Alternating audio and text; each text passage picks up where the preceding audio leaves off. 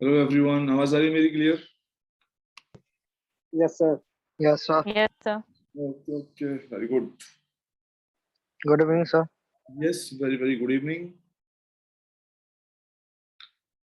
सी, last class में मैंने आप लोगों को रिएक्शन इंटरमीडिएट का थोड़ा सा इंट्रोडक्शन दिया था कि ये रीजियो सेलेक्टिविटी, कीमो सेलेक्टिविटी, इनका सिर्फ इंट्रोडक्शन, राइट? बट आप लोगों को ना ये सब चीजें पढ़नी चाहिए. मैंने आपको थोड़ा ही आइडिया दिया था, क्योंकि जैसे जैसे हम आगे बढ़ेंगे ना तो इन वर्ड्स के प्रॉपर मीनिंग समझ में आएंगे. अभी मैं समझा दूं स्टीरियो सेलेक्टिविटी ये है, बट जब हम इससे बहुत सारे एग्जांपल देख चुके होंगे ना, तब हमें ज्यादा क्लैरिटी हो जाएगी, राइट? ये सारी चीजें हम लास्ट क्लास में पढ़ चुके हैं, राइट?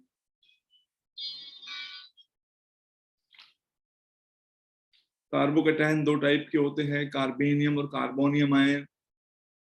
इसमें 5 सर उस 8 लेक्चर के बाद पढ़ाया होगा आगे?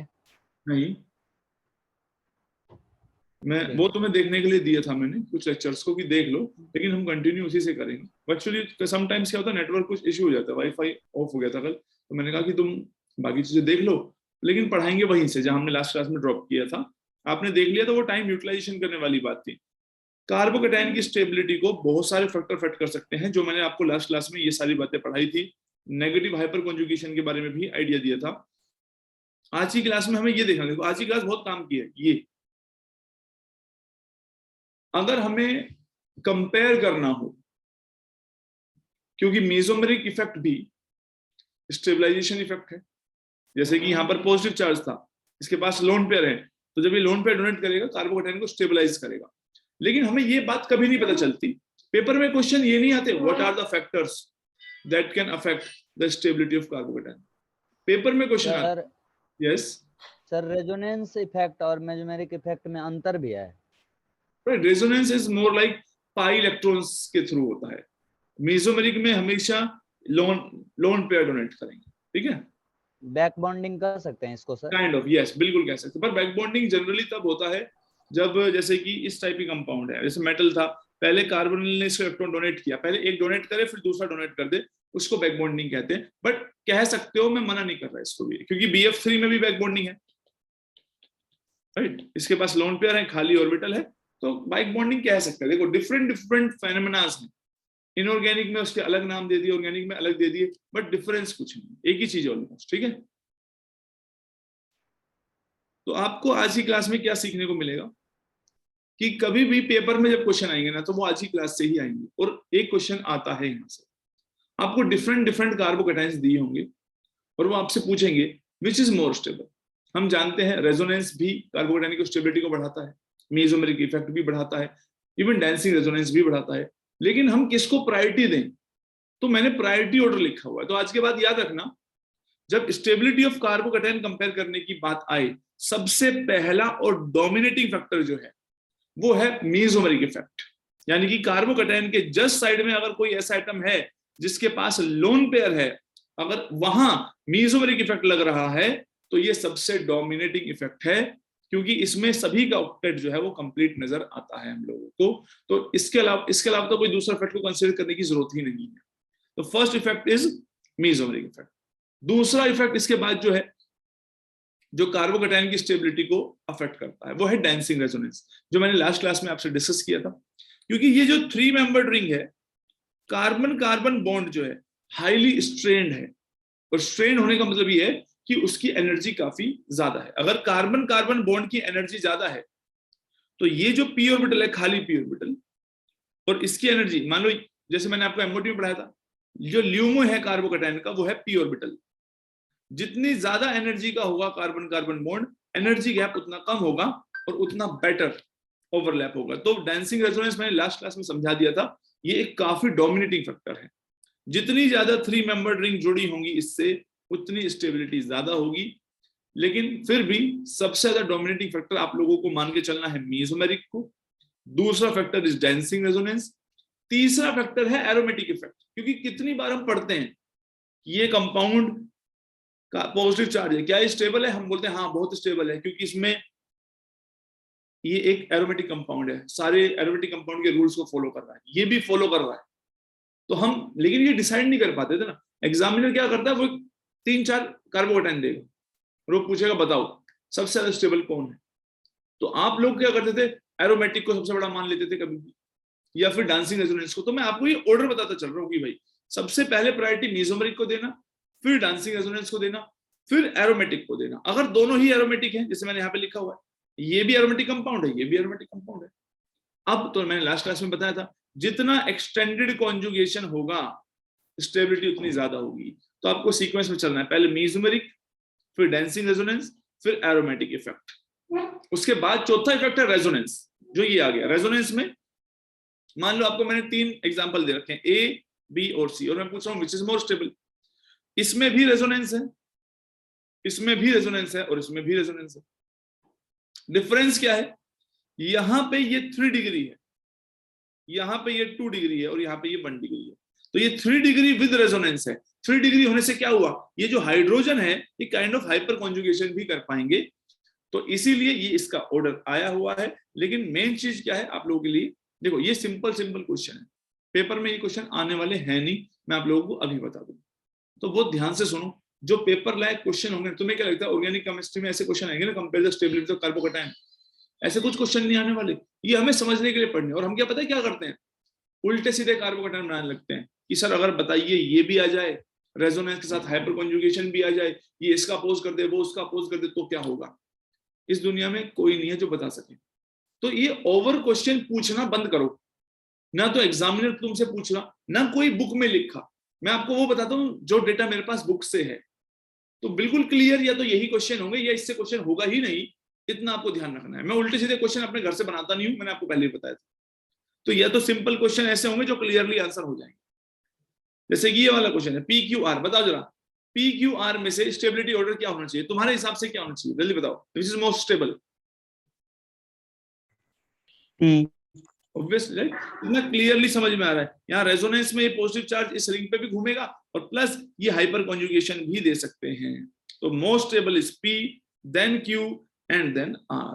सभी को क्लियर होना चाहिए। अगर आपको किसी भी ऑर्डर में प्रॉब्लम है, देखो क्वेश्चंस में कराऊंगा, इनऑर्गेनिक, फिजिकल, ऑर्गेनिक, वो करूंगा डिजिटल बोर्ड पे, अपने डिजिटल स्टूडियो है ना अपना, जैसे मैंने लास्ट ईयर कराए थे। क्वेश्चन आएंगे स्क्रीन पे, आप आंसर करेंगे, देन मैं एक्सप्लेन करूंगा, आगे बढ़ूंगा।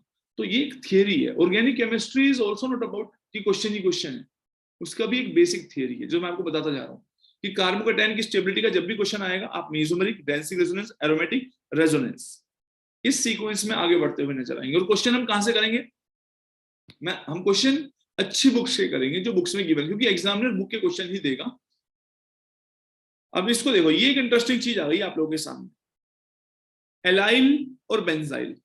तो एलाइल और बेंजाइल में तो मोस्टली बच्चों को लगता है कि सर एलाइल में तो देखो कार्बोकैटायन का जब रेजोनेंस होगा तो केवल इन 3 कार्बन पे घूमेगा, बेंजाइल में जब कार्बोकैटायन का रेजोनेंस होगा तो वो पूरी रिंग पे डीलोकलाइज रहेगा।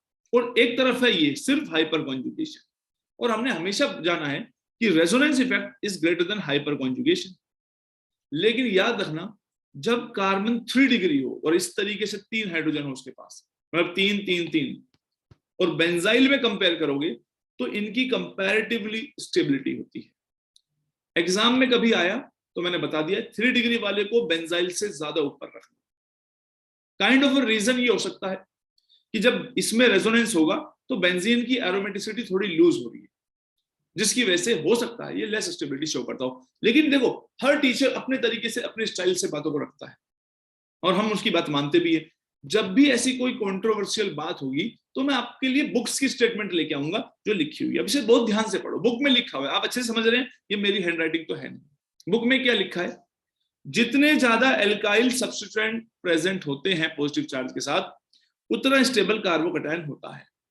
और रिलेटिव स्टेबिलिटी का जो ऑर्डर है कार्बोकैटायन का, 3 डिग्री और बेंजाइलिक लगभग बराबर है, उसके बाद एलाइलिक है, फिर सेकेंडरी, प्राइमरी, विनाइल और फिनाइल में आप लोगों को पहले ही बता चुका हूं, ये तो वैसे भी हाईली अनस्टेबल होते हैं। तो इन्होंने काफी एक आइडिया दे दिया। देखो बुक्स भी क्या करती है, आइडिया। आप कोई भी बुक पढ़ेंगे, ये सब चीजें एक दूसरे के रेस्पेक्ट में है, तो आपको इतना थोड़ा सा आइडिया होना चाहिए। लेकिन पेपर में अगर आ गया इन तीनों के बारे में तो आप लोग इस ऑर्डर को मार्क कर लीजिए, दिस इज वेरी इंपॉर्टेंट। जिस चीज पे मैं इंपॉर्टेंट मार्क कर रहा हूं ना, स्टार लगा रहा हूं, उस केस को आप सभी लोग ध्यान रखना भाई, क्योंकि समटाइम्स आपकी कॉन्सेप्ट वर्क नहीं करेंगे जहां पे फैक्ट काम करेगा। यहाँ पर हाइपर कॉन्जुगेशन 9 हाइड्रोजन से मिल रहा है, राइट? तो इसलिए हो सकता है ये डोमिनेटिंग हो गया हो। तो ये ऑर्डर सभी बच्चों को याद होना चाहिए। इसी क्लास के जस्ट आफ्टर दिस क्लास मैं आप लोगों को शेयर कर दूंगा ये वाली पीडीएफ टेलीग्राम चैनल पे, तो आराम से क्वेश्चन को लिखना। अभी लिखने की जरूरत नहीं, अभी ध्यान से सुनो यार, ठीक है? सुन, 1000 बार सुन चुके हैं सब चीज, अब समझने का टाइम आ गया। ये डेटा वाली बात आपको जरूर देखनी है, यानी कि जो मैं बात आपको बता रहा हूं वो प्रैक्टिकली सही है, विद डेटा प्रूव करते हुए चलना है। समटाइम्स क्या होता है, ताकि तुम लोगों को ना कॉन्फिडेंस रहे। कल को कोई दूसरा बंदा आके बोल दे नहीं ये नहीं होता, तो तुम उसे दिखाओगे ना भाई कि ये कौन से रिसर्च पेपर में किस ईयर में पब्लिश हुआ था। यानी कि देखो, अगर इस बॉन्ड को ब्रेक करके कार्बोकैटायन बनाओगे तो इसकी एनर्जी कितनी है, 149 किलो जूल पर मोल। इस बॉन्ड को ब्रेक करोगे तो 163, इसको ब्रेक करोगे तो 36, इसको ब्रेक करोगे तो आपको नजर आ रही होगी एनर्जी 218। तो आपको ये बात समझ में आ रही है कि ये वाला ब्रेक करके बनाने में कम एनर्जी लग रही है, इसका मतलब 3 डिग्री वाला मोर स्टेबल है। और इससे एक आइडिया भी मिल रहा है कि 3 डिग्री, 2 डिग्री, 1 डिग्री, 0 डिग्री में एनर्जी गैप क्या है। 3 डिग्री और 2 डिग्री की स्टेबिलिटी में लगभग 14 kilo joule energy, kilo calorie का डिफरेंस है। रटना नहीं होता ये सब हमें पेपर में कॉन्फिडेंस देते हैं। तो इसलिए नहीं भी डेटा देखा होता तो क्या होता, मैं ये 2 बातें नहीं भी दिखाता तो क्या होता, तब भी आप लोग यही सोचते हैं कि हाँ सर ने जो बता दिया वो सही है। लेकिन बात ये है ना कि आपको ऐसे बहुत जब भी कंट्रोवर्शियल चीजें आएंगी, जब भी इंपॉर्टेंट चीजें आएंगी, वहां पे हम हमेशा बुक का यकीन करेंगे कि कौन सी बुक क्या लिखती है, और इसलिए जो पढ़ने की चीजें होंगी वो मैं आपको अपने आप दे दूंगा। तो इसमें कुछ खास चीज नहीं थी। अब एक बात और समझ लो, ये खैर ये जो 2-4 पॉइंट मैं आपको पढ़ने के लिए देता हूं, इनको पढ़ लिया करो, बहुत बेसिक पॉइंट है। सबसे पहले देखना है मीजोमेरिक, उसके बाद डेंसिंग रेजोनेंस, उसके बाद एरोमेटिक इफेक्ट, उसके बाद रेजोनेंस, उसके बाद हाइपर कॉन्जुगेशन, ठीक है? और उसके बाद लास्ट में कुछ मिस तो नहीं किया हमने, इंडक्टिव इफेक्ट। इंडक्टिव इफेक्ट सबसे वीक है, तो आप लोगों को ये MDARHI कैसे भी याद रखो, मदारही जो भी इसका बन रहा है, ये कार्बोकैटायन की स्टेबिलिटी कंपेयर करने में आपकी बहुत ज्यादा हेल्प करने वाला है। चलिए कुछ बेसिक बातें और देख लेते हैं। ये जितने भी कार्बोकैटायन हैं, जैसे ये वाला, ये अनस्टेबल है। ब्रिज हेड वाला अनस्टेबल होता है, मैंने आपको ब्लड स्टूल में पढ़ाया था। विनाइल वाला, फिनाइल वाला, अगर sp कार्बन पे पॉजिटिव चार्ज आ जाए 1 डिग्री, हाईली अनस्टेबल है। आपकी एज में क्या होता है, आप कहेंगे सर इसका ऑर्डर लगा के दिखाओ। ये बेवकूफी जिस दिन छोड़ दोगे उस दिन केमिस्ट्री सीखनी आ जाएगी आप लोगों को, क्योंकि हमें इनके डेटा मिल सकते हैं, कौन कितना, किसकी एनर्जी क्या है। लेकिन हम एज ए स्टूडेंट क्या सोचते हैं, सबसे ज्यादा ऑर्डर क्या होगा। तुम्हें किसने कहा कि सबका ऑर्डर लगा के दिखाओ? क्या एग्जामिनर पूछ रहा है? एग्जामिनर कभी पूछ भी नहीं सकता, लेकिन आप पूछते हैं, ओवर क्वेश्चंस करते हैं चीजों के बारे में। बहुत रिलैक्स होकर केमिस्ट्री को पढ़ो। मैं क्लियरली बता दूंगा कि ये पूछेगा, ये नहीं पूछ सकता है, क्योंकि एग्जामिनर को फिर उसका प्रूफ देना पड़ेगा ना। और अगर मैंने सारी ऑर्गेनिक की इतनी सारी किताबें पढ़ी हैं और मेरे को कहीं एग्जैक्ट ऑर्डर नहीं मिल रहा, तो कोई भी टीचर बना सकता है अपने आप ऑर्डर। वो अपनी क्लास में ऑर्डर लिखवा देगा और तुम मान लोगे, फिर क्या होगा उससे? फिर पेपर में आएगा, गलत हो जाएगा, कुछ भी नहीं होगा। तो इसलिए सच्चाई सुनो, सच सुनने की आदत डालो। ये सारे अनस्टेबल है, कंपेयर करने की कोई जरूरत नहीं है। और ये क्वेश्चन इतने इजी आने भी नहीं है कि कार्बोकैटायन की स्टेट, हम भाई ग्रेजुएशन कर रहे हैं, पोस्ट ग्रेजुएशन कर रहे हैं, अब हम 11th क्लास के बच्चे नहीं है कि ऐसे क्वेश्चन पूछे जाएंगे। हमें एक आइडिया होना चाहिए कौन से स्टेबल होते हैं, कौन से अनस्टेबल होते हैं, ठीक है? ये 3 एग्जाम्पल और दिए, 4 एग्जाम्पल मैंने, ये लॉन्ग लिव्ड कार्बेनियम या कार्बोकैटायन के एग्जाम्पल है, यानी इनको देख लेना। ये वाला मैंने आपको पहले भी पढ़ाया था, एसिड और बेस केमिस्ट्री जब मैंने पढ़ाई थी, कि ये प्लेनर नहीं है। प्रोपेलर शेप के बारे में मैंने आपको पहले भी आइडिया दिया हुआ है। प्रोपेलर शेप का मतलब ये है, ये तीनों बेंजीन रिंग एक प्लेन में बिल्कुल भी नहीं होती है।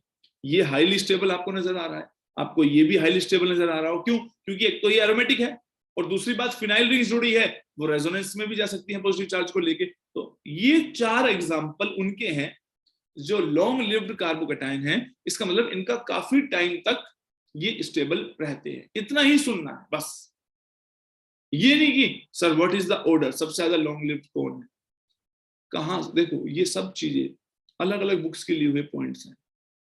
अगर किसी बुक में कंपैरिजन है तो तुम्हारे एग्जाम में आ सकता है, किसी अच्छी बुक में कंपैरिजन नहीं है तो तुम्हारे एग्जाम में कभी आ ही नहीं सकता। एक बात और आपको समझा रहा हूं, जब भी कार्बोकैटायन बनता है तो 120 डिग्री को वो अचीव करना चाहते हैं। उसका ये एग्जांपल है हमारे पास, राइट।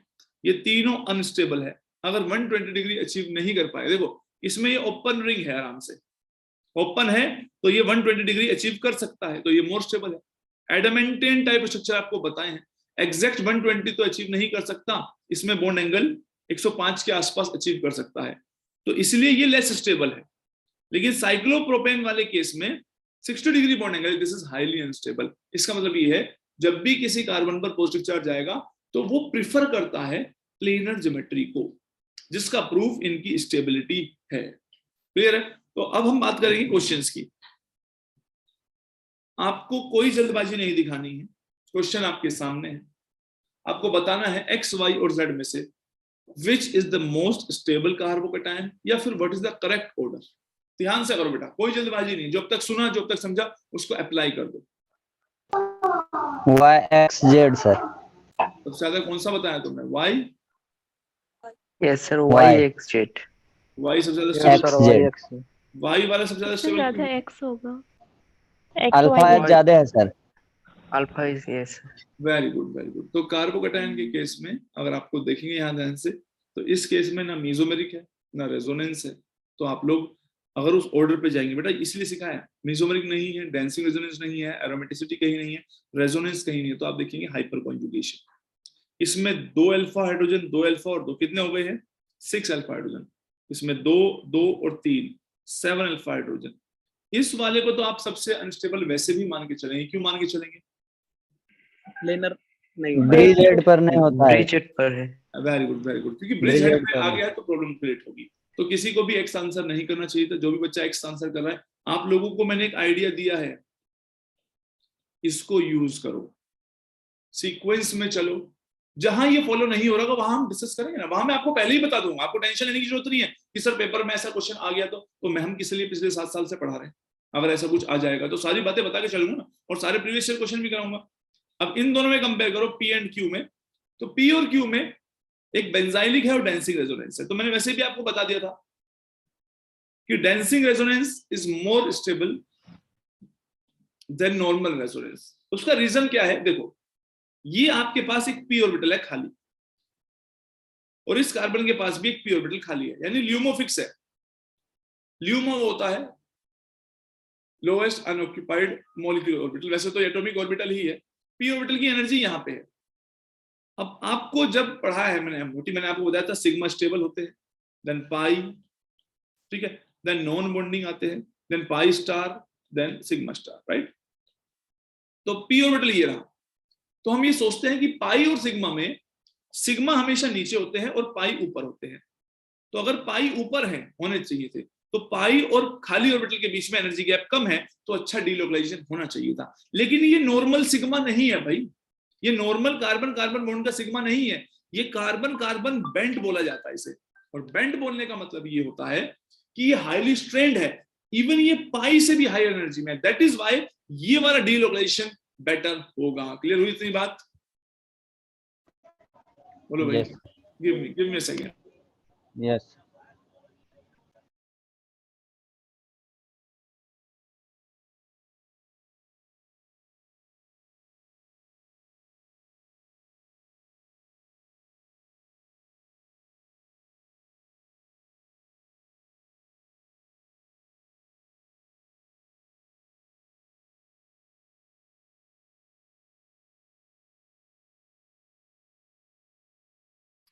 सी, तो ये कुछ आंसर जो है, देखो हम एमओटी से पढ़ेंगे नहीं, अगर मॉलिक्यूलर ऑर्बिटल थ्योरी को यूज नहीं करेंगे ना, तो हम इनके बेस्ट आंसर कभी नहीं समझ पाएंगे। अब अगर आप एमओटी अप्रोच नहीं करते तो आप क्या, कोई भी आपको कैसे समझा सकता था? वो बोलता बस देखो पाई इलेक्ट्रॉन डीलोकेशन कर रहे हैं, लेकिन ये मैंने आपको पहले ही बताया था वेरी इंपॉर्टेंट रिजल्ट होता है, इसको याद रखना। वो कहानी बिगड़ जाती ना, वो तो याद रखने वाली बात हो गई। मैंने आपको क्लियर एक्सप्लेनेशन दिया है कि जितना कम गैप होगा उतना अच्छा डीलोकेशन होगा। नॉर्मली सिग्मा और पाई में, पाई जो होते हैं वो हाई एनर्जी में होते हैं, तो पाई अच्छा डीलोकेशन करेंगे। लेकिन यहां पर सिग्मा जो है नॉर्मल नहीं है, इसको सिग्मा बेंट बोला जाता है। बेंट मतलब मुड़ा हुआ है, हाई एनर्जी का है, तो ये प्यूरबल के बहुत क्लोज है, दैट इज वाई ये बेटर रेजोनेंस करता है, इसलिए हमने डांसिंग रेजोनेंस को नॉर्मल रेजोनेंस से आगे रखा है। बहुत क्लियरली उन्हीं क्वेश्चन को समझो जो मैं क्लास में आप लोगों के साथ डिस्कस कर रहा हूं। अब देखो इसको ट्राई करो। क्वेश्चन करते वक्त कोई जल्दबाजी दिखाने की जरूरत नहीं है, मैं इसमें कोई इंटरेस्टेड नहीं हूं कितनी जल्दी आंसर किया आपने। A B C logically answer A होगा sir, mesomeric effect. A B C sir. A वाले में क्या है जो तुमने ए को आंसर दिया, बताओ। Mesomeric effect. Back mesomeric. B वाले में एरोमेटिक। और सी वाले में हाइपर कंजुगेशन। हमें सीखना ये है कि डिफरेंट टाइप ऑफ कंपाउंड में कैसे कंपेयर करेंगे, और बिल्कुल कंफ्यूजन क्रिएट मत करना। कुछ उल्टी सीधी किताबों में ऐसे क्वेश्चन होते हैं जहां कंपैरिजन पॉसिबल ही नहीं होता, और जहां जैसे हमने इनऑर्गेनिक में पढ़ा था, आप हर दो एटम का साइज कंपेयर नहीं करते। मान लो K प्लस और F नेगेटिव, मैं कहूं बताओ इनमें से कौन बड़ा है कौन छोटा है, बताओ। चलो अगर तुम इतने जानते हो ना बात, K प्लस और F नेगेटिव साइज का कंपैरिजन करो। सर F नेगेटिव बड़ा, F नेगेटिव बड़ा होना चाहिए, क्योंकि आपने अपना जनरल कॉन्सेप्ट अप्लाई किया। आपको लगता है sir anion is always greater than cation, लेकिन ये देख तो लो भाई, ये सेकंड पीरियड का है और कैटायन जो है वो थर्ड पीरियड फोर्थ पीरियड का है। समझ में आई बात? Yes sir. तो इसका मतलब अब क्या करें? क्या हमेशा एनायन क्या दुनिया में सबसे बड़ा हो जाएगा क्या यार? एनायन बड़े होते हैं लेकिन दुनिया में सबसे बड़े नहीं होते। K प्लस और F नेगेटिव दोनों का साइज ऑलमोस्ट बराबर है 1.34 आर्मस्ट्रॉन्ग। ले अब बता, तो इसका मतलब क्या है? जहां कंपैरिजन बनेगा, पेपर में ऐसा क्वेश्चन आ जाए Na plus F negative O2 negative, तो यार कंपैरिजन पॉसिबल है ना कि O2 negative F negative Na plus isoelectronic species हैं, और आइसोइलेक्ट्रॉनिक स्पीसीज है तो इस पे ज्यादा पॉजिटिव चार्ज होगा, साइज छोटा होगा। लेकिन मैंने K प्लस दे दिया और मैं इसके बीच कंपैरिजन करने लगूं तो आप नहीं कर पाएंगे। In the same way organic chemistry में भी अगर मैं ऐसे दो मॉलिक्यूल दे दूं जिनमें कंपैरिजन पॉसिबल नहीं है, तो आप वहां अपने कॉन्सेप्ट खो देते हैं। इस बात को मार्क करके लिख लो सभी लोग, K प्लस और F नेगेटिव। अब बात हो ही गई है तो लिख लो 1.34 आर्मस्ट्रॉन्ग, दोनों का रेडियस ऑलमोस्ट बराबर होता है। तो आप लोगों को अगर जीतना है एग्जाम में तो कॉन्सेप्ट के साथ नॉलेज दोनों चीजें होनी चाहिए। मेरे को फैक्ट भी याद है और कॉन्सेप्ट भी याद है। मुझे पता है कि कॉन्सेप्ट कहां लगता है, समटाइम्स कॉन्सेप्ट नहीं लगते हैं, वहां फैक्ट ही जीतता है, तो फैक्ट को ध्यान रखना होता है। तो आप लोग समझ गए। ए बी सी पेपर में 90% क्वेश्चन फैक्ट बेस्ड होते हैं, वो 10% नॉलेज बेस्ड क्वेश्चन होते हैं। तो 10% पे फोकस लाना ही नहीं है। 100 में से 90 क्वेश्चन 90 नंबर लिया ना, ऑल इंडिया रैंक 1 आ जाएंगी तो। लेकिन पॉइंट इज हम मोर फोकस्ड किस पे, 10% क्वेश्चंस पे, तो वो गलत है। बताओ जरा, A B C which is most stable? Sir yes, एक छोटा डाउट, बी ये जो प्रीवियस क्वेश्चन आप कराए हैं सर, इसमें अगर फर्स्ट वाला केस देखा जाए तो यहाँ पे क्रॉस कंजुगेशन नहीं हम लोग कह सकते हैं? बिल्कुल हो सकता है, बिल्कुल है क्रॉस भी, उसको मैंने मना ही नहीं किया। लेकिन अगर मैं क्वेश्चन लेके आया हूं तो आप समझो कि आपको अगर डिफरेंट इस क्रॉस कंजुगेशन स्टेबिलिटी को कम कर रहा होता तो मैं आपको बताता इससे कम स्टेबल है। क्वेश्चन में लेके इसलिए आया हूं, क्रॉस इज बिल्कुल पॉसिबल है, बट अगर पॉजिटिव चार्ज है, ये ज्यादा डिफिशियंसी है राइट साइड पे, तो अगर कहीं से मेसोमेरिक मिल रहा है, अगर तुम ऑक्सीजन की जगह होते तुम किसके साथ प्रीफर करते इलेक्ट्रॉन को शेयर करना, पॉजिटिव चार्ज के साथ कि कार्बोनिल के साथ? Positive charge. सीधी सी बात है। तो मॉलिक्यूल वही डिसाइड करते हैं ना कि इस तरफ पॉजिटिव चार्ज है, कंप्लीटली पॉजिटिव चार्ज है, मॉलिक्यूल की एक टांग टूटी हुई है कंप्लीटली, तो वो इसकी तरफ ज्यादा फोकस्ड होगा, इसको मेसोमेरिक देने की ज्यादा कोशिश करेगा in comparison to this. Cross conjugation की जब हम ऐसी सिचुएशन पढ़ते थे ना, यहाँ इसके पास बराबर पॉसिबिलिटीज हुआ करती थी, तो हम कहते थे यहाँ भी जा सकता है, यहाँ भी है। यहाँ दोनों बात बराबर नहीं बची है, एक तरफ कंप्लीट पॉजिटिव चार्ज है और एक तरफ कार्बोनिल पे बनने वाला पार्शियल पॉजिटिव चार्ज है, तो पॉजिटिव चार्ज की तरफ ये मोर फेवर्ड होगा। बाकी आपके सोचने का तरीका बिल्कुल सही है, डोंट वरी अबाउट इट। अच्छा, इसको आंसर करो, ए बी और C. B A C sir. BAC। Very good, correct answer is. सबसे पहले आपको याद रखना है MDARHI। क्या इनमें से किसी में मेसोमेरिक है? नहीं है। डेंसिंग है? यस, ये रहा बी। एरोमेटिसिटी है? यस, ए। रेजोनेंस है? यस, ये रहा। तो करेक्ट ऑर्डर आ जाएगा। कर लेंगे सभी लोग? Try this, ABCD।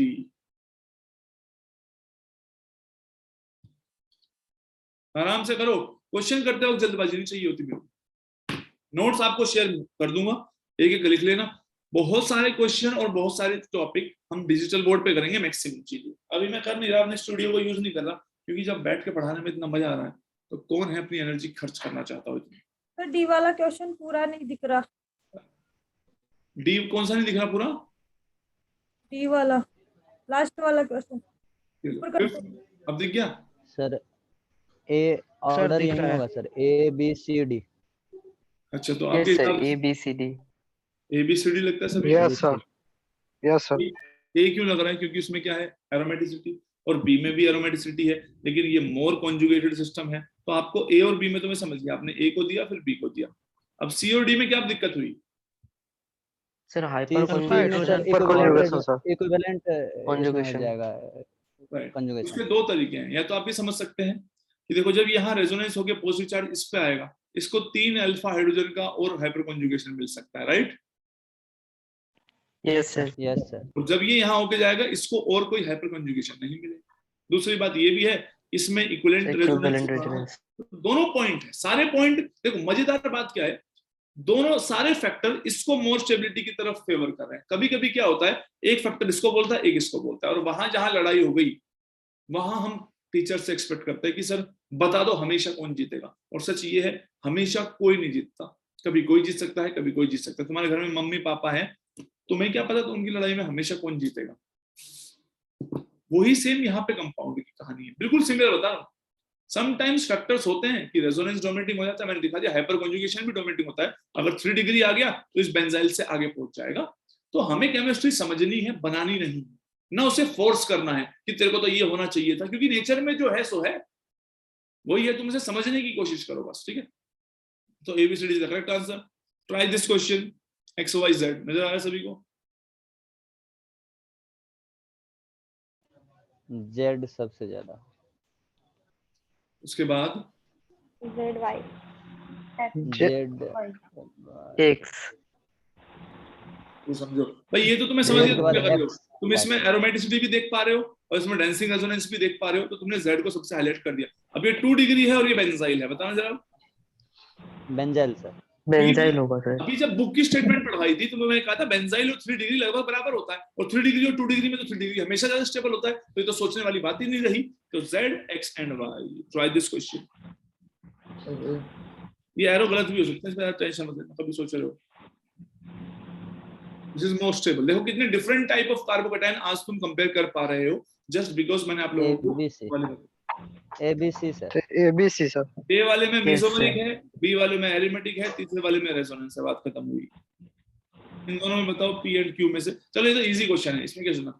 P वाले में क्या है, अब यहाँ तुम क्रॉस कॉन्जुगेशन सोच सकते हो। इसमें क्लियरली मेसोमेरिक है, इसमें मेसोमेरिक होने के साथ साथ क्रॉस कॉन्जुगेशन भी हो सकता है, तो P is more stable, right? In the same way इसको देखो ABC, ये ब्रिज हेड है, ये एडमेंटेन है, और लास्ट क्लास में मैंने बताया था एडमेंटेन वाले में मोर फ्लेक्सिबिलिटी होती है। इसमें यहाँ पे जो पॉजिटिव चार्ज है तो एक तरीके से 3 मेंबर रिंग के साथ जुड़ा है। यहाँ ये अच्छे से सिग्मा बेंड वाला डोनेशन कर सकता है, तो C सबसे ज्यादा होगा, then B and then A। लेकिन ये हो गया है एक बेसिक पार्ट। कोई भी बच्चा दुनिया भर के, मैं कराऊंगा पूरी MS चौहान जो तुमने IIT एडवांस के लिए पढ़ी थी, एक एक क्वेश्चन मैं कराऊंगा GOC का। तो कोई उल्टे सीधे क्वेश्चन मत करना, क्योंकि जब GOC रिएक्शन इंटरमीडिएट, ये वो 2 टॉपिक हैं जिनसे हम बेसिक बनाते हैं, और रिएक्शन मैकेनिज्म। इस बेसिक को कहीं से बिगड़ने मत देना, उल्टी सीधी किताबें पढ़ना मत। जो जरूरत होगी मैं अपने आप दे दूंगा, क्योंकि फिर हायर केमिस्ट्री तुम्हें सब समझ में आएगी। इट इज लाइक आपको बॉन्डिंग आता है, पीरियोडिक आता है, कोऑर्डिनेशन अच्छे से समझ में आएगा, OMC भी समझ में आएगा, सब समझ में आएगी कहानी। लेकिन बेसिक अगर बिगाड़ लिया तुमने तो सारी कहानी कर देगी। मोस्ट इंपोर्टेंट पार्ट कार्बोकैटायन में क्या है, वो है रीअरेंजमेंट। बहुत इंटरेस्टिंग पार्ट है रीअरेंजमेंट का। रीअरेंजमेंट का मतलब क्या है? यस, क्वेश्चन नंबर 9 में C ब्रिज हेड कार्बोकैटायन नहीं है। ऐसी ब्रिज हेड काइंड ऑफ है, मैं ये नहीं कह रहा ब्रिज हेड, ठीक है, लेकिन ये हाईली स्ट्रेंड है, तो ये इसको यहाँ से डोनेट कर सकता है। और ब्रिज हेड काइंड ऑफ तो है, इसमें कोई शक नहीं है, ब्रिज हेड है, तभी तो आपस में ऐसे कंपैरिजन दी है। इनसे तो स्टेबल है, इनसे ज्यादा स्टेबल, बस, ठीक है। Okay.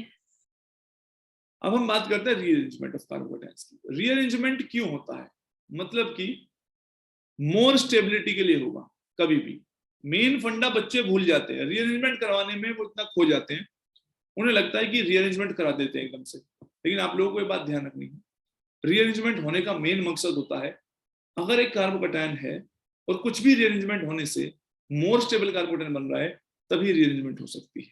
यानी कि, और ये दो चीज पे डिपेंड करता है, एक तो जो बनने वाला कार्बोकैटायन है वो मोर स्टेबल होगा, उसको हम कैसे डिसाइड करेंगे, तो अब स्टेबिलिटी ऑफ कार्बोकैटायन करने का तरीका हमने जो देख लिया है वही रहेगा।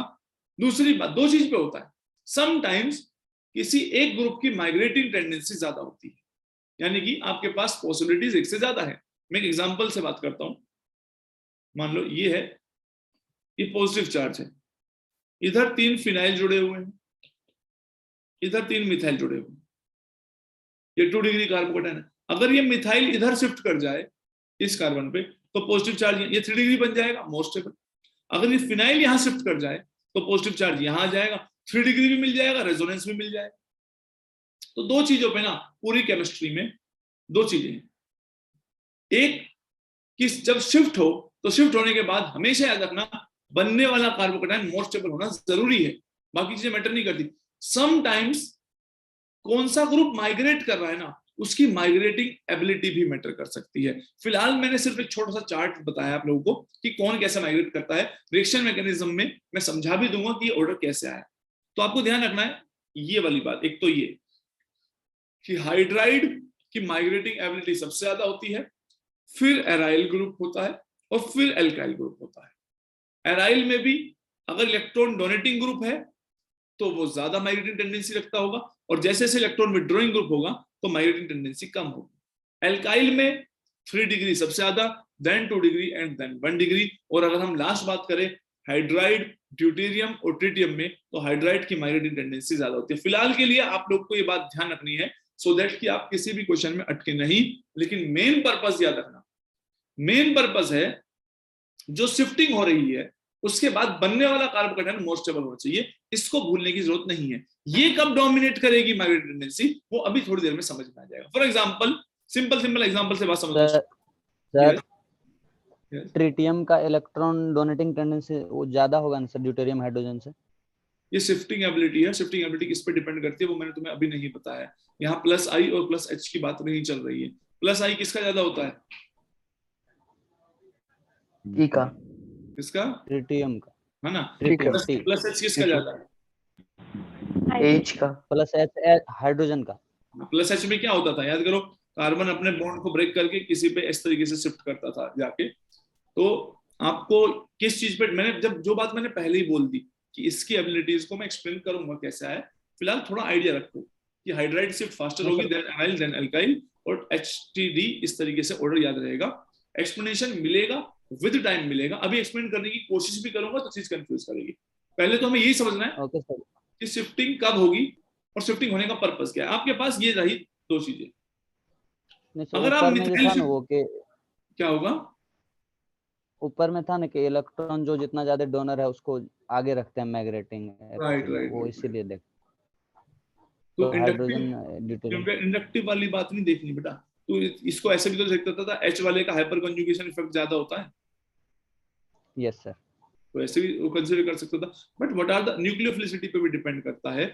मैं सब पॉइंट्स पे आऊंगा, मैंने बताया था कि जब मैं रिएक्शन मैकेनिज्म पढ़ाऊंगा वहां न्यूक्लियोफाइल बेस इन चीजों के बारे में बात करेंगे तो तुम्हें शिफ्टिंग का एक आइडिया वहां अच्छा मिल पाएगा। इसलिए फिलहाल के लिए इन बातों को ध्यान रखो, but we will discuss each and every point, ठीक है।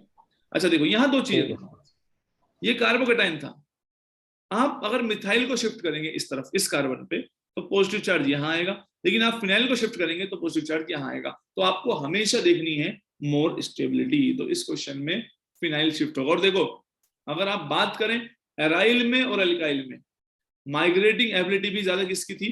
फिनाइल की थी। तो 80% केसेस ऐसे ही होंगे कि जहां मोर स्टेबल कार्बोकैटायन बन रहा होगा और माइग्रेटिंग एबिलिटी भी एक दूसरे को सपोर्ट करते हुए जा रहे होंगे। बहुत रेयर केसेस ऐसे आते हैं जिसमें एक दूसरे को अपोज करते हैं। वो कब आएंगे, उसमें क्या करना है तो मैं आप लोगों को बता दूंगा, राइट। नेक्स्ट, अगर आपको ऐसी चीज मिल जाए, अब ये कार्बोकैटायन है, आप हाइड्राइड का शिफ्ट कर सकते थे और फिनाइल का शिफ्ट कर सकते थे, लेकिन एक्चुअल में कोई भी शिफ्ट नहीं होगा। कोई भी शिफ्ट ना होने का रीजन क्या है? क्योंकि इस कार्बोकैटायन को राइट ऑलरेडी मेसोमेरिक इफेक्ट मिल रहा है भाई, ये पहले से ही स्टेबल है, इसे हाइड्राइड शिफ्ट करने पे और फिनाइल शिफ्ट करने पे मोर स्टेबिलिटी नहीं मिल सकती, तो ये कभी रीअरेंजमेंट नहीं करेगा। तो जरूरी नहीं होती कि कार्बोकैटायन रीअरेंज करे, मैंने पहले भी बता दिया, रीअरेंजमेंट का मेन रीजन हुआ करता था मोर स्टेबिलिटी।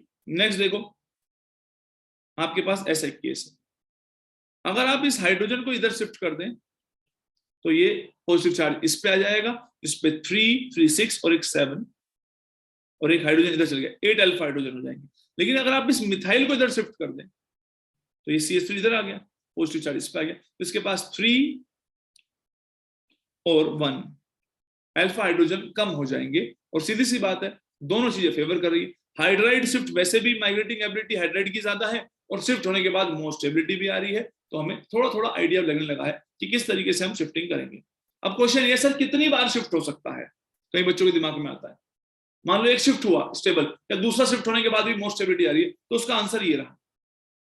मान लो एक बार शिफ्ट होने के बाद कार्बोकैटायन बना, दूसरी बार शिफ्ट होने के बाद दूसरा कार्बोकैटायन, तीसरी बार शिफ्ट होने के बाद तीसरा कार्बोकैटायन बनाया, तो याद रखना जब तक बनने वाला कार्बोकैटायन मोर स्टेबल रहेगा तब तक स्टेबिलिटी होती रहेगी। लेकिन कुछ बच्चे क्या गलती करते हैं, उन्हें दिखता है यहां से दूसरा वाला कार्बोकैटायन तो अनस्टेबल है लेकिन तीसरा वाला हाईली अनस्टेबल है, तो ये वाला काम कभी नहीं होगा। आप एक से दूसरे को, दूसरे से तीसरे को तभी शिफ्ट करते जाइए जब मोर स्टेबिलिटी आ रही हो। अगर मोर स्टेबिलिटी नहीं आ रही हो तो आप ऐसा बिल्कुल नहीं करेंगे। फॉर एग्जांपल, उसको क्लियर करने के लिए मैंने आपको ये एग्जांपल दिया है। पॉजिटिव चार्ज था इस कार्बन के ऊपर, आपने कहा सर अगर ये हाइड्रोजन शिफ्ट हो जाए तो पॉजिटिव चार्ज इस पे आ जाएगा, और फिर ये शिफ्ट हो जाए तो पॉजिटिव चार्ज इस पे आ जाएगा, इसको मिल जाएगा मेसोमेरिक, तो ये हाईली स्टेबल हो गया। तो ये आपकी गलत सोच है। क्यों? क्योंकि 1 और 2 में 1 ज्यादा स्टेबल है। अब आप मुझे बताएंगे why 1 is more stable then 2? Inductive effect, minus I effect लग रहा है सर ऑक्सीजन का। ऑक्सीजन लग रहा है माइनस आई इफेक्ट, और जितना पॉजिटिव चार्ज ऑक्सीजन के पास होगा उतना ज्यादा माइनस आई इफेक्ट लग रहा होगा, उतना अनस्टेबल बन रहा होगा प्रोडक्ट। तो आपको ये बात ध्यान रखनी है, आप कितनी बार भी रीअरेंजमेंट करो लेकिन नेक्स्ट वाला फर्स्ट से ज्यादा स्टेबल 2 होना चाहिए, 2 से ज्यादा 3 होना चाहिए, देन ओनली बातें आगे बढ़ेंगी, right. In the same way ये हाइड्राइड शिफ्ट वाले क्वेश्चन है, मैं ऐसे दिखाता हूँ, चलो देखो यहाँ पे मिथाइल और हाइड्राइड में आप वैसे भी जानते हैं हाइड्राइड शिफ्ट की माइग्रेटिंग टेंडेंसी ज्यादा होती है, पॉजिटिव चार्ज इस पे आ गया। फिर से आप हाइड्राइड शिफ्ट कर देंगे तो और ज्यादा स्टेबिलिटी आएगी क्योंकि यहाँ रेजोनेंस मिल रहा है, तो ऐसे काम चल सकते हैं, राइट। इस केस में देखो आपके पास फिनाइल है, मिथाइल है, हाइड्राइड है, और आप जानते हैं इसकी एबिलिटी भी ज्यादा है और इसके शिफ्ट होने के बाद बनने वाला कार्बोकैटायन भी मोर स्टेबल है, तो आप इसी को शिफ्ट करेंगे। अब इसमें देखो पॉजिटिव चार्ज इस पे, अगर आप चाहें इस हाइड्रोजन को यहाँ शिफ्ट कर दें तो यहाँ शिफ्ट करने के बाद इस पे पॉजिटिव चार्ज आएगा, एक हाइड्रोजन यहाँ आ जाएगा, क्या ये मोर स्टेबल बना? No sir, no sir, CH3 CH alpha H घट गया, अल्फा H और कम हो गए, CH2 CH, तो इसका मतलब ये आगे फर्दर नहीं जाएगा। बहुत सिंपल चीज है। अच्छा, अब बहुत मजेदार बात है, ये कार्बोकैटायन है यहाँ पर, आप जानते हैं मिथाइल शिफ्ट करे या फिनाइल शिफ्ट करे इसको तो मेसोमेरिक मिलने वाला है, और मेसोमेरिक को छोड़ के कोई कहीं जाएगा, तो मतलब स्टेबिलिटी आएगी मेसोमेरिक की वजह से। जब आपको पता है कि स्टेबिलिटी पे इन दोनों ग्रुप का कोई इफेक्ट रहा ही नहीं, ऐसी जगह पे आप उनकी माइग्रेटिंग पावर को देखेंगे। तो फिनाइल और मिथाइल में से माइग्रेटिंग पावर किसकी ज्यादा थी? फिनाइल की। दैट इज व्हाई यहाँ कौन शिफ्ट हुआ? फिनाइल शिफ्ट होगा। ये वो केसेस हैं, समझ में आ रही है बात? सर ये भी बोल सकते हैं कि अगर वहां से मिथाइल को शिफ्ट करेंगे तो फिनाइल वाला माइनस आई लगाएगा प्लस के ऊपर, तो इसलिए उसका हो जा रहा है। अगर मैं एक बात बताऊं क्या है, अगर इसको पे पॉजिटिव चार्ज है ना, इसको प्लस एम मिल रहा है, ये फिनाइल पे जाने की कोशिश भी नहीं करेगा। यस, जब हमें पता है कि हमें यहाँ से हाई मोस्ट स्टेबल पार्ट हमारे लिए इसका प्लस एम है, तो फिर इस केस में तुम बोल सकते हो, पर जनरली यही होगा कि जब प्लस एम मिल रहा होता है दूसरे फैक्टर को इग्नोर कर दिया करो, दूसरे फैक्टर उतने स्टेबिलिटी ब्रिंग करते ही नहीं है कंपाउंड में, तो इसलिए वहां से माइग्रेटिंग एप्टीट्यूड देंगे। अब इस क्वेश्चन को देखो, क्वेश्चन नंबर 8, पॉजिटिव चार्ज इस पे है, किसको शिफ्ट करना चाहिए, मिथाइल की फिनाइल?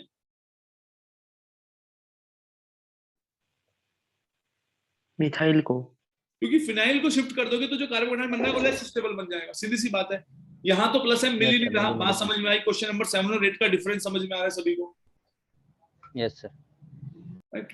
अगर तुम यहाँ फिनाइल को शिफ्ट कर दोगे तो कार्बोकैटायन बनेगा ये वाला जिसके पास 6 अल्फा हाइड्रोजन है, लेकिन अगर आप मिथाइल को शिफ्ट करोगे तो इस पे रेजोनेंस भी मिल जाएगा, जो हाइपर कंजुगेशन में मोर स्टेबिलिटी ब्रिंग करेगा, राइट।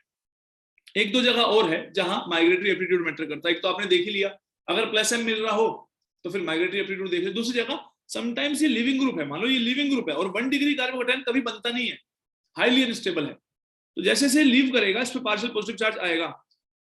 अगर ये कंप्लीटली पॉजिटिव चार्ज होता तो हम अगली शिफ्ट वो उसकी करते जो मोर स्टेबल कार्बोकैटायन बनता। कभी कभी जब कंप्लीट पॉजिटिव चार्ज नहीं आ रहा होता, ऐसी जगहों पे हम लोगों को माइग्रेटिंग एप्टीट्यूड देखना पड़ता है, और इसीलिए इन तीनों में से माइग्रेटिंग एप्टीट्यूड फिनाइल का ज्यादा है। तो यानी ये दो आइडिया दे दिया, रिएक्शन मैकेनिज्म में इनका बहुत मस्त यूज होगा।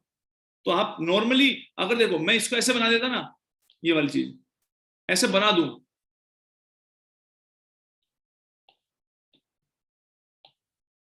CH2, और अब पूछूं, अब बताओ कौन शिफ्ट करेगा, CH3 बना लो, और CH3 ऐसे बना। तो आपको ये सोचना है ऐसे टाइम पे, अगर कंप्लीट पॉजिटिव चार्ज बना हुआ, उस केस में आपका नेक्स्ट कार्बोकैटायन वही बनेगा जो मोर स्टेबल होगा। तो आप जानते हैं NO2 को शिफ्ट कर देते हैं, क्योंकि NO2 जो है वो -m इफेक्ट लगा के इसको और ज्यादा अनस्टेबल करेगा। अगर ये कंप्लीट पॉजिटिव चार्ज होता तो इसको शिफ्ट करते, लेकिन क्योंकि ये पार्शियल पॉजिटिव चार्ज जनरेट होने वाला है, तो ऐसी जगहों पे हम लोग माइग्रेटिंग एप्टीट्यूड को देखते हैं, क्योंकि जब कंप्लीट पॉजिटिव चार्ज नहीं जनरेट होता उस जगह पे, तो भी माइग्रेटिंग एप्टीट्यूड देखा जाता है। तो आप लोग ज्यादा टेंशन मत लो, आपको फिलहाल 2-3 बातें जो एग्जाम्पल दिए जा रहे हैं उनको समझते हुए चलना है, क्योंकि केमिस्ट्री, ऑर्गेनिक केमिस्ट्री में अभी हमने एंटर करना शुरू किया है। जितने ज्यादा एग्जाम्पल, इतने ज्यादा क्वेश्चंस करते चले जाएंगे तो हमें बहुत अच्छा आइडिया होगा। पर हमें ये तो पता लग गया कि सर अगर कहीं +m मिल रहा हो, उस केस में इन ग्रुप में हम माइग्रेटिंग एप्टीट्यूड देखेंगे, क्योंकि इनका फिर स्टेबिलिटी का कोई काम बचा ही नहीं। दूसरी चीज, अगर कोई लिविंग ग्रुप हो और कंप्लीट पॉजिटिव चार्ज ना आता हो, वहां भी माइग्रेटिंग एप्टीट्यूड ज्यादा मैटर करता हुआ हम लोगों को नजर आता है, राइट। अब इसमें देखो क्वेश्चन, इसमें बताओ सर इसको रटने की क्या बात है, याद रखें उसको, हाँ मतलब ध्यान रखो इसको। ये आगे लग रहा है सर कि वो हाँ, प्लस आएगा तो फिर वो -NO2 वाला ग्रुप है तो अनस्टेबल रखेगा कार्बोकैटायन को। हाँ ये ध्यान रखना, ये अभी ध्यान रख लो, क्वेश्चंस करेंगे ना तो एंड तक सब ध्यान हो जाएगा। याद करो ना, जब हम पीरियोडिक प्रॉपर्टीज पढ़ते थे तब भी तो हम याद रखते थे, फ्लोरीन, क्लोरीन, ब्रोमीन और आयोडीन में से electron gain enthalpy most negative किसकी है? क्लोरीन है, ये याद रखना। हाँ, तो कुछ बेसिक हमें याद रखने होते हैं, अगर वो बेसिक याद नहीं रखेंगे तो आगे वाली बातें वैसे समझ में नहीं आने वाली। तो ये बेसिक है, इसको ध्यान से सुनो, पेपर के क्वेश्चन जब कराऊंगा ना तब पता लगेगा कि सर एक्चुअली में ये बातें सिर्फ समझनी होती है, ये हमारा अच्छा बेसिक बिल्ड करने में हेल्प कर रही होती है। आपको इसमें आंसर करना जो मैं आपसे पूछ रहा हूँ, मिथाइल शिफ्ट होगा या इथाइल शिफ्ट होगा? पहले केस इथाइल शिफ्ट होगा। इथाइल शिफ्ट होने से क्या होगा? अल्फा ज्यादा होगा सर, राइट। देखो अगर इथाइल यहाँ शिफ्ट हो जाए तो इस पॉजिटिव चार्ज पे अल्फा हाइड्रोजन बढ़ जाएंगे, यानी ये पहले वाले से ज्यादा स्टेबल हो जाएगा। यानी पहले केस में आप लोग बनाएंगे इस तरीके से,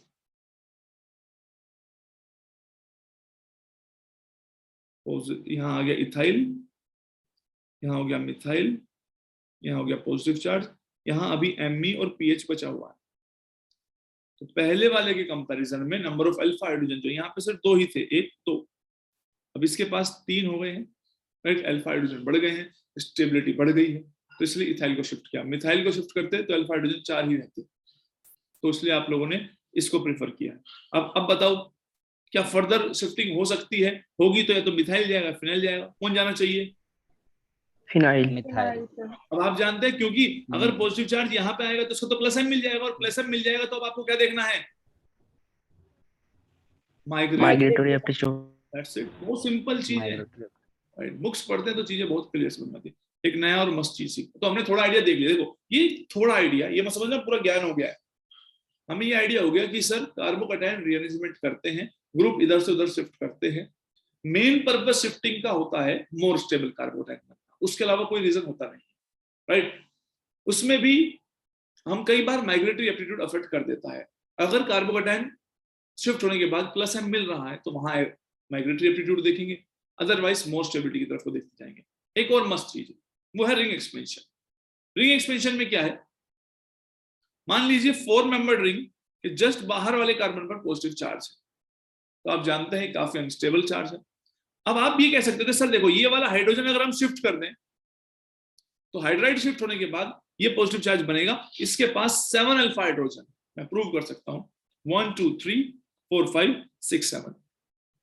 एक होता है बॉन्ड शिफ्ट, यानी कि ये वाला बॉन्ड तोड़ के इसको यहां शिफ्ट कर दें अगर, तो ये वाले दोनों इलेक्ट्रॉन इसके साथ जुड़ जाएंगे, प्लस वाले के साथ पॉजिटिव चार्ज आ जाएगा 2 पे, जो कि मैंने बना के दिखाया। मैंने 2 स्टेप में करके दिखाया कि पहले ये दोनों इलेक्ट्रॉन 5 पे ले गया और फिर इसके साथ जोड़ दिया, राइट। क्योंकि जब ये दोनों इलेक्ट्रॉन 5 पे आएंगे तो 5 पे नेगेटिव और 2 पे पॉजिटिव चार्ज जनरेट होगा, और इस 5 को प्लस नेगेटिव को जोड़ दिया तो पॉजिटिव चार्ज 2 पे नजर आ रहा है। इसके केस में इस पॉजिटिव चार्ज के पास सिर्फ 4 ही अल्फा हाइड्रोजन है, लेकिन आप लोग याद रखना इस केस में रिंग एक्सपेंशन होने का रीजन ये है, बॉन्ड शिफ्ट इसलिए हुआ है क्योंकि 4 मेंबर्ड में काफी ज्यादा स्ट्रेन था, तो हाइपर कॉन्जुगेशन से रिंग स्ट्रेन डोमिनेटिंग रही, इसीलिए 4 मेंबर्ड वाला 5 इसमें रास्ते में जाके ना जाके 5 मेंबर्ड की तरफ को जाएगा। तो आज के बाद याद रखना 4 मेंबर्ड रिंग दिखी, उसके बाहर वाले पे पॉजिटिव चार्ज है तो रिंग एक्सपेंशन होगा, कोई भी बच्चे हाइपर कॉन्जुगेशन को ना माने। और पूरी ऑर्गेनिक केमिस्ट्री में यही है,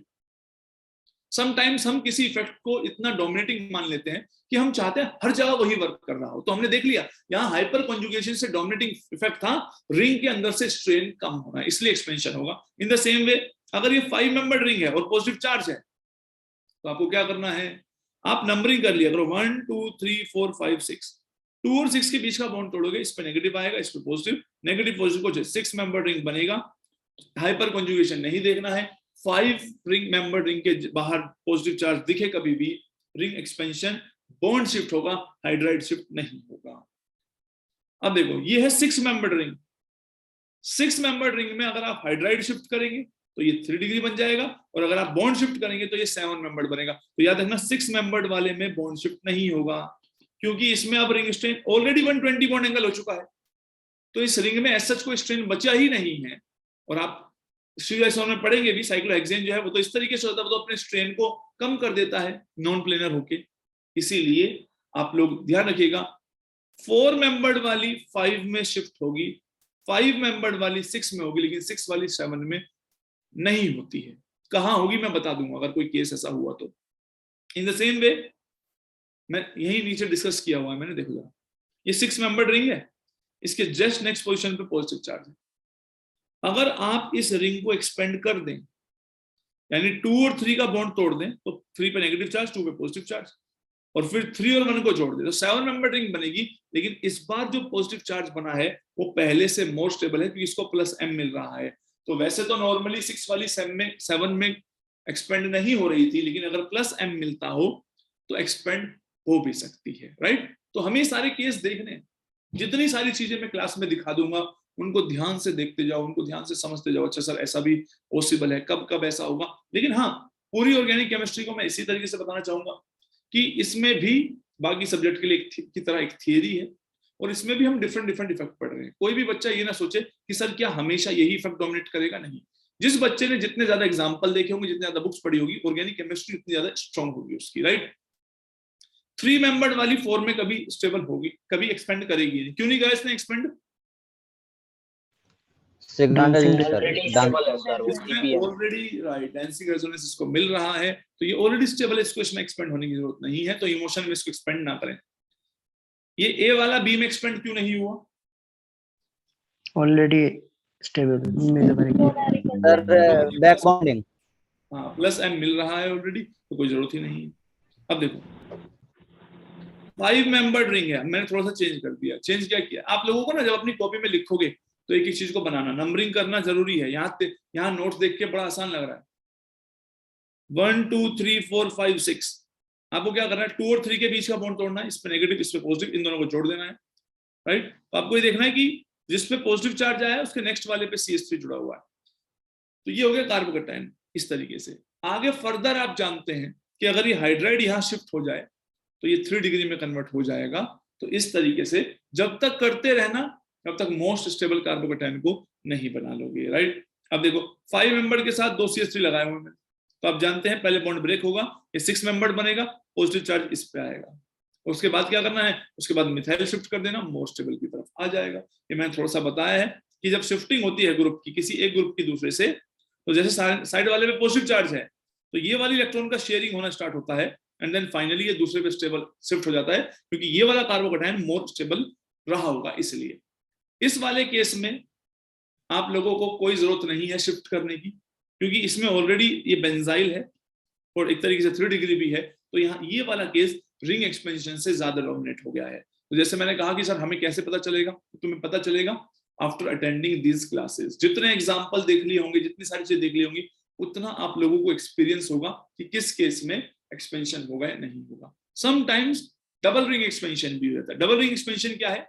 देखो अगर 2 रिंग एक सिंगल बॉन्ड से जुड़ी हुई और उस पर पॉजिटिव चार्ज है, तो पहले तो आप जानते हैं इनके बीच का बॉन्ड ब्रेक होगा 2 और 5 का, और इनके बीच में बन जाएगा और 2 पे आ जाएगा क्या, पॉजिटिव चार्ज। ये मैंने बना के दिखाया यहाँ पे, राइट। मैंने क्या किया, मैंने कौन सा बॉन्ड ब्रेक किया है, मैंने नंबरिंग गलत की है क्या, कि अगर हम इसको ब्रेक करेंगे तो इसके बीच बॉन्ड बनेगा ना, राइट। तो यहाँ पॉजिटिव चार्ज आना चाहिए, बनाया मैंने सही है, हो सकता है दोबारा से फिर मैंने दोबारा नंबरिंग करी हो। अब इस पे आ गया पॉजिटिव चार्ज, तो अब ये वाला बॉन्ड ब्रेक होगा, इस पे नेगेटिव, इस पे पॉजिटिव, और फिर यहाँ पे इन दोनों के बीच में इंटरेक्शन हो जाएगा। तो 4 मेंबर्ड दोनों 5 मेंबर्ड की तरह बन गई हैं। पहले एक स्पायरो बना था, देन 5 मेंबर्ड बन गया है। तो आप जब आराम से लिखेंगे, डोंट वरी यार, देखने में ऐसा लगता है कि सर कहां से क्या चीज हो रही है, आराम से करेंगे ना स्टेप बाय। 4 मेंबर्ड वाली भी एक्सपेंड हो गई, पॉजिटिव चार्ज है, ये वाली भी एक्सपेंड हो गई, तो 2 4 मेंबर्ड वाली एक्सपेंड हो जाएगी। और नंबरिंग इसलिए सिखा रहा हूं कि मान लो यहाँ पे एक CH3 ग्रुप होता है, यहाँ पे एक CH3 ग्रुप होता, तो आपको ये पता होना चाहिए कि अब यहाँ पे किस पे 2 CH3 ग्रुप आएंगे, वो नंबरिंग के हिसाब से चलना। In the same way 2 5 membered ring बताई है, तो वो एक्सपेंड होकर 2 6 मेंबर्ड रिंग में कन्वर्ट हो जाएगी। एक 5 मेंबर्ड है, एक 4 मेंबर्ड है, एक्सपेंड करना, एक एक स्टेप कॉपी में लिखना। एक 6 है और एक 4 है, तो बेटा 5 है, तो याद रखना 5 वाली तो एक्सपेंड हो जाएगी, 6 वाली फर्दर एक्सपेंड नहीं होगी। ये नहीं कि इसे भी तोड़ के 7 मेंबर्ड में कन्वर्ट कर दिया, तो ये काम बिल्कुल मत करना, राइट। नेक्स्ट इज ये, इस केस में जरा ध्यान से देखो, हमारे पास ये एग्जांपल था, पॉजिटिव चार्ज यहां था, मिथाइल भी शिफ्ट हो सकता था। अगर मिथाइल शिफ्ट होगा तब भी +M मिलेगा, और अगर ये बॉन्ड शिफ्ट होगा तब भी +M मिलेगा। और मैंने बताया था जब दोनों जगह से +M मिल रहा हो, उस केस में हमें क्या देखना है, माइग्रेटरी पावर। तो माइग्रेटरी पावर देखो, ये एक तरीके से 2 डिग्री वाला ग्रुप है और ये 0 डिग्री है एक तरीके से, तो इसलिए आप लोगों ने बॉन्ड को शिफ्ट करना जरूरी समझना होगा ऐसे केस में। रिंग कॉन्ट्रैक्शन भी हो सकता है, ऐसा नहीं है कि रिंग कॉन्ट्रैक्शन ना होता हो, बट जनरली मोर स्टेबिलिटी की तरफ को जाने चीजों को। तो अगर 7 मेंबर्ड रिंग थी ये और यहाँ पॉजिटिव चार्ज हो, तब रिंग कॉन्ट्रैक्शन 6 की तरफ को जा सकता है। 6 वाला 5 में नहीं जाएगा, 5 वाला 4 में नहीं जाएगा। ये वाली बात हमें समझ में आनी चाहिए, राइट। अब हमें क्या करना है, ये हमने बेसिक पढ़ लिया था, तो आज की क्लास में मैंने काफी चीजें कराई है, तो मैं चाहता हूं पहले आप इन एक एक को बनाएं, सो दैट कि नेक्स्ट क्लास में आने से पहले अगर हमें कोई भी दिक्कत हुई कि सर हमसे एक्सपेंशन नहीं हुआ, तो एक एक स्टेप को मैं करके दिखाऊंगा आप लोगों को, राइट। तो आप लोग इसको डबल रिंग एक्सपेंशन तक करके आइए, नेक्स्ट क्लास में कंटिन्यू करेंगे आप लोगों के साथ। और अभी मैं बहुत ही जल्दी आपकी वेडनेसडे से पेरिसाइक्लिक रिएक्शन की क्लास लगाऊंगा, क्योंकि पेरिसाइक्लिक में MOT का यूज है। आकाश सर पेरिसाइक्लिक स्टार्ट करेंगे, और कल आपकी कुलदीप सर की क्लास भी आएगी, तो दोबारा से काफी सारी क्लासेस लगनी स्टार्ट होगी। और जून में जो बच्चे ऑफलाइन वाले हैं वो तो वैसे भी अटेंड नहीं कर रहे इन क्लासेस को, 5 जून को क्लास स्टार्ट होगी। तो जो ऑनलाइन वाले बच्चे हैं जस्ट क्लास में, ये सब दोबारा पढ़ाना पड़ेगा। एक तरीके से समझो कि जून में एक नया बैच स्टार्ट हो रहा है ऑफलाइन का, उसको सारा कोर्स कराना है, तो वो चीजें आपको मिलती ही जाएगी, आपका कोर्स साइड बाय साइड चलता ही जाएगा। तो अक्टूबर एंड तक मान के चलिए आपका सारा का सारा कोर्स कंप्लीट हो जाएगा। तो आप लोग बस साथ साथ पढ़ते रहिए, टाइम को यूटिलाइज कीजिए। कभी कभी इंटरनेट इश्यू होता है, वो हम नहीं कर सकते उसमें कुछ भी, तो उस टाइम को यूटिलाइज करते रहिए, क्योंकि हमारे पास रिकॉर्ड लेक्चर है, मैंने बायोमोलिक्यूल्स देखने को दे रखा है, तो बहुत सारी चीजें, टाइम को जस्ट यूटिलाइज करते रहिए। अगर कोई डाउट है तो पूछ सकते हो आज की क्लास में, otherwise we will continue the next class. Lecture वाला भी सर PDF भेज दीजिएगा। कौन सा वाला सर? इसी का जो फर्स्ट लेक्चर YouTube पे हुआ था उसका नहीं मिला था PDF। तो मैं अभी के अभी यहाँ तक सारा एक साथ ही भेज देता हूँ तक, ठीक है? हाँ सर। चलिए, okay, bye bye everyone, I will see you in the next class. Thank you sir. Okay, good night sir thank you. Good night.